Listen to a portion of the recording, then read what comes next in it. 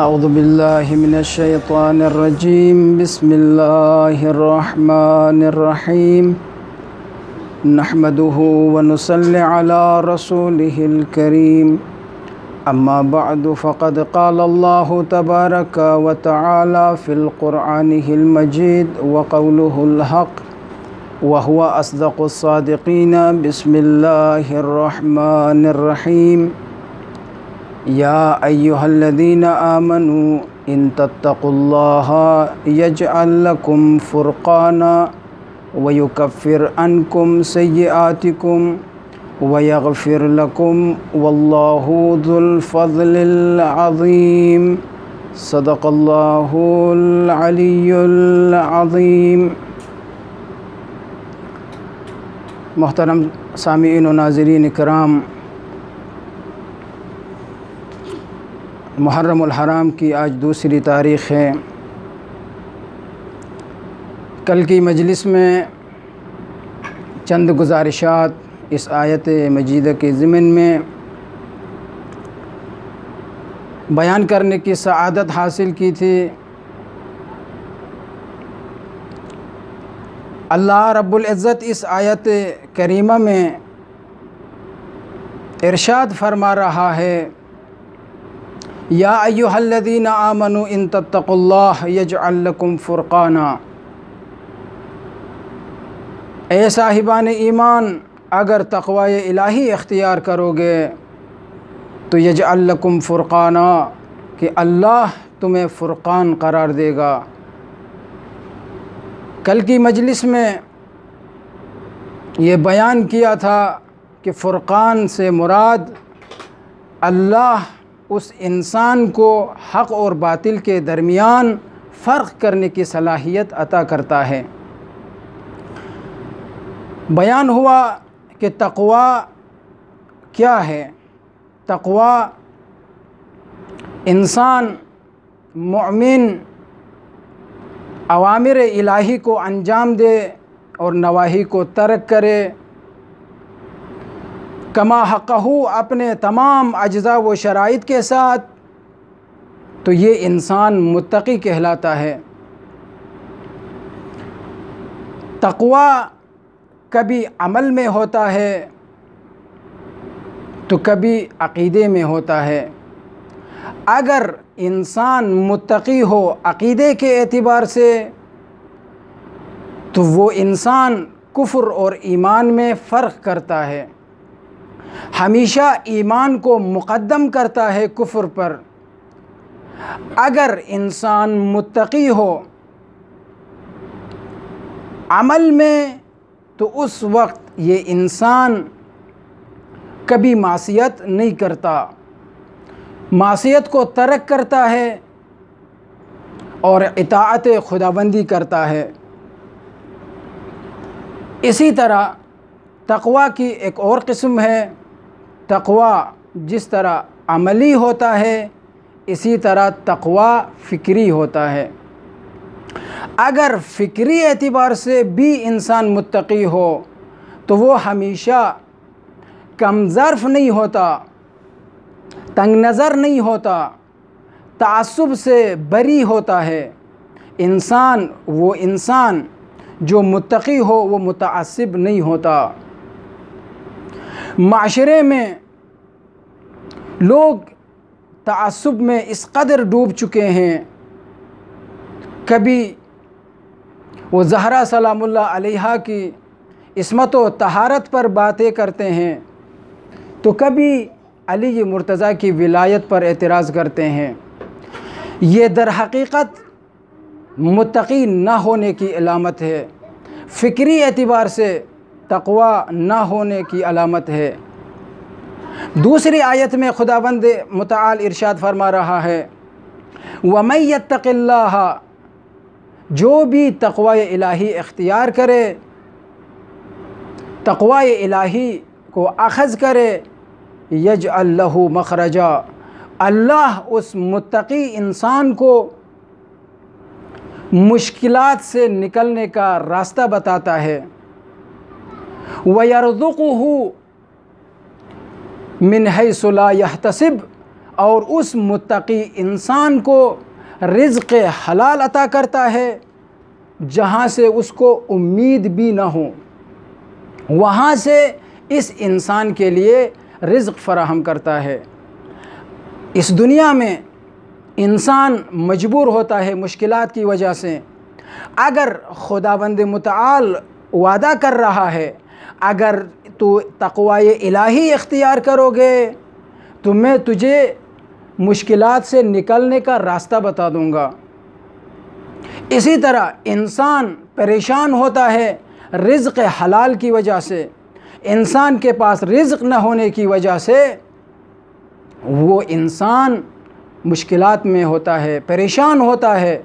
खुदावंद मुतआल वादा करता है कि वयरज़ुक़ुहु मिन हैसु ला यहतसिब, वहाँ जहाँ से उसको रिज़्क़ फ़राहम करेगा जहाँ इंसान को तसव्वुर भी न होगा।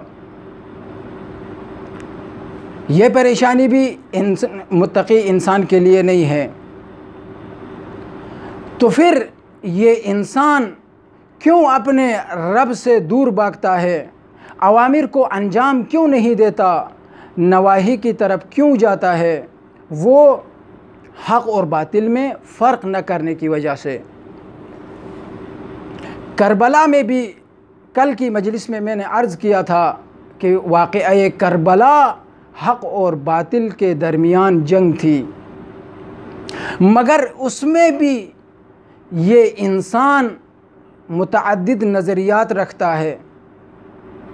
एक नज़रिया इंसान का ये है वाक़या करबला के बारे में कि ये वाक़या करबला फ़लसफ़े क़ुरबानी ये एक गैबी फ़ेल है, इसका ताल्लुक़ इल्म गैब से है, ये अल्लाह के राज़ों में से एक राज है। इंसान इस राज को दर्क नहीं कर सकता। जब इस फ़ेल का ताल्लुक़ अगर इल्म गैब से हो तो ये इंसान इल्म गैब नहीं जानता है। बस वाक़या करबला फ़लसफ़े क़याम इमाम हुसैन एक राज़ों में से एक राज है, इसका ताल्लुक़ इल्म गैब से है, फ़कत खुदा जानता है, इसके अलावा कोई नहीं जानता। ये एक नज़रिया है। अगर हम इस नज़रिए पे नज़र करें, इसमें देखें कि आया ये सही है या सही नहीं है, जब हम कुरान की तरफ नज़र करते हैं तो ये अक़ीदा, ये नज़रिया बातिल नज़रिया है। क्यों? इसलिए कि अल्लाह रब्बुल इज़्ज़त कुरान मजीद में इरशाद फरमा रहा है, या अय्युहल्लज़ीना आमनू अतीउल्लाह व अतीउर रसूल व उलिल अम्र मिनकुम। अल्लाह की इताअत करो, रसूल की इताअत करो और उलुल अम्र की इताअत करो। बस रसूल की इताअत ज़रूरी है, जिस तरह अल्लाह की इताअत ज़रूरी है, इसी तरह उलुल अम्र की भी इताअत ज़रूरी है। बस इताअत में ये शर्त है कि वो हदफ को समझे, उस राज को समझे। जब तक इंसान उस राज को नहीं समझता, हकीकी हदफ तक नहीं पहुंचता।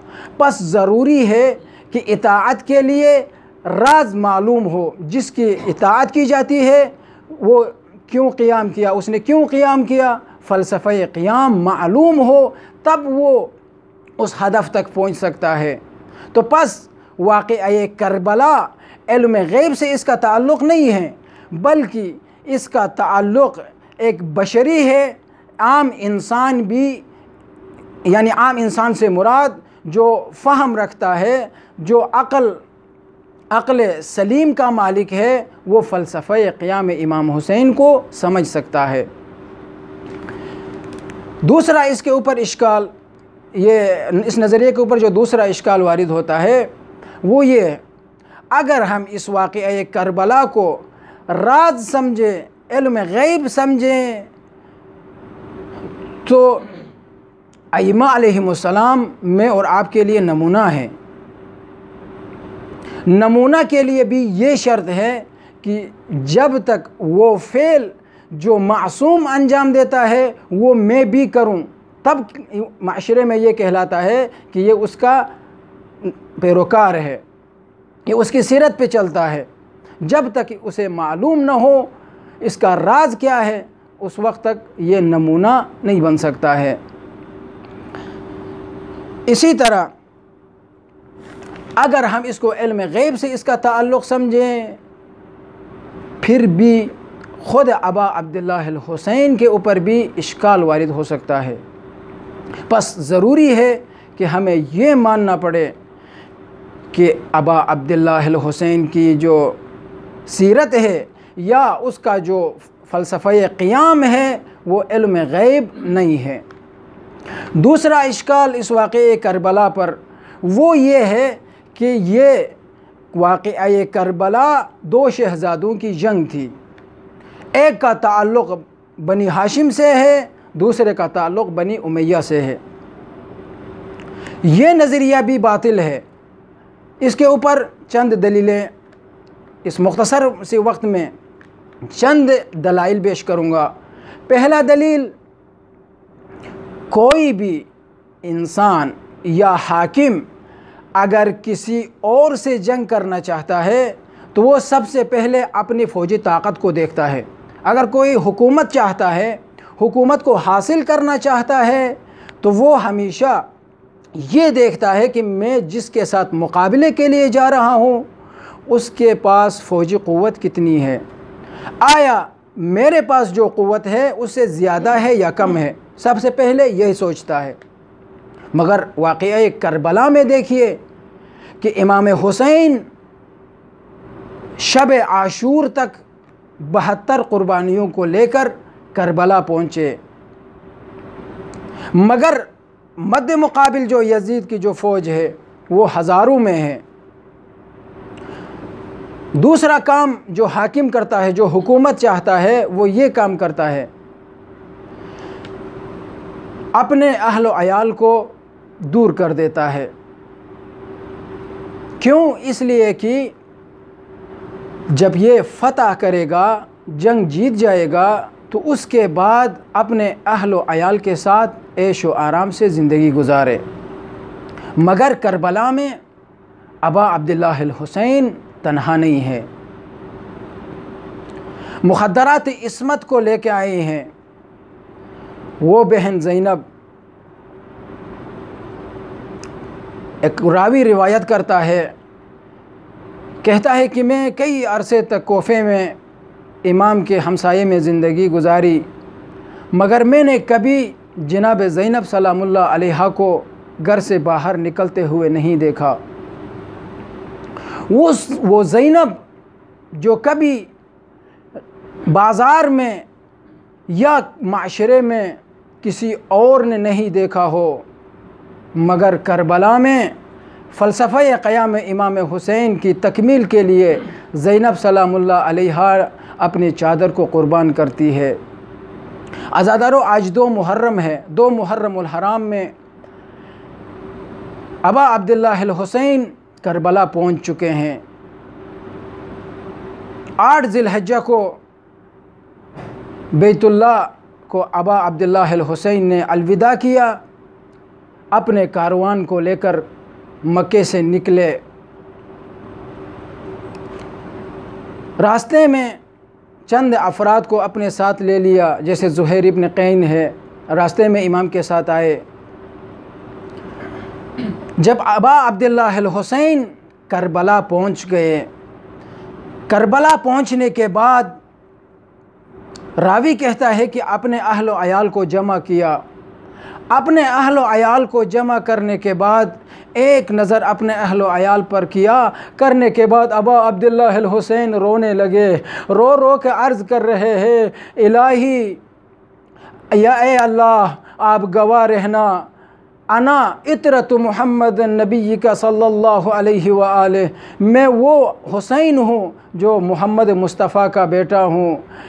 ए अल्लाह, तो गवाह रहना, मुझे अपने नाना के कब्र मुबारक पर ज़िंदगी गुजारने नहीं दिया, मुझे मदीने से निकाल दिया और मुझे ला के इस सहरा में चारों तरफ फ़ौज अशकिया है। हुसैन यकव तनहा 72 कुर्बानियों के साथ, मुखद्दरात इस्मत के साथ, बच्चों के साथ इस करबला में आके मुझे खड़ा कर दिया है। लेकिन ए अल्लाह, तरक्तुल खल्क़ तुर्रन फ़ी हवा का व ऐतमतुल अयाल लिकै अरा का, इलाही मैं तेरे खातिर सब कुछ क़ुरबान कर दूँगा। इन्ना लिल्लाहि व इन्ना इलैहि राजिऊन। सयअलमुल्लज़ीना ज़लमू अय्य मुनक़लबिन यनक़लिबून।